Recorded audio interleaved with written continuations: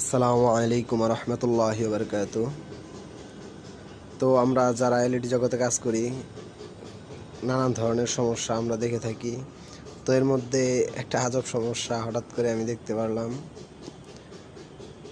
টিভিটা চলতেছে, দেখেন ডিসপ্লেতে কোনো পিকচার নেই, বাট এই যে দেখেন আপনার যে হোমের যে ভিডিওগুলো, এই ভিডিওগুলো কিন্তু আসতেছে একটার পর একটা। কিন্তু দেখেন ডিসপ্লেটা কিন্তু ফুল ডিসপ্লেটা দেখেন, আমি কিন্তু একটা ভিডিও অন করে রাখছি, সাউন্ড টাউন্ড সব চলতেছে, কিন্তু এইটা আপনার ফুল ডিসপ্লেটা অফ। বাট এই যে দেখেন ফুল ডিসপ্লে অফ, কিন্তু এই পিকচারগুলো আসতেছে। তো এরকম সমস্যা সচরাচর আমরা দেখি না। তো এই টিভিটাই আমার কাছে আসছে।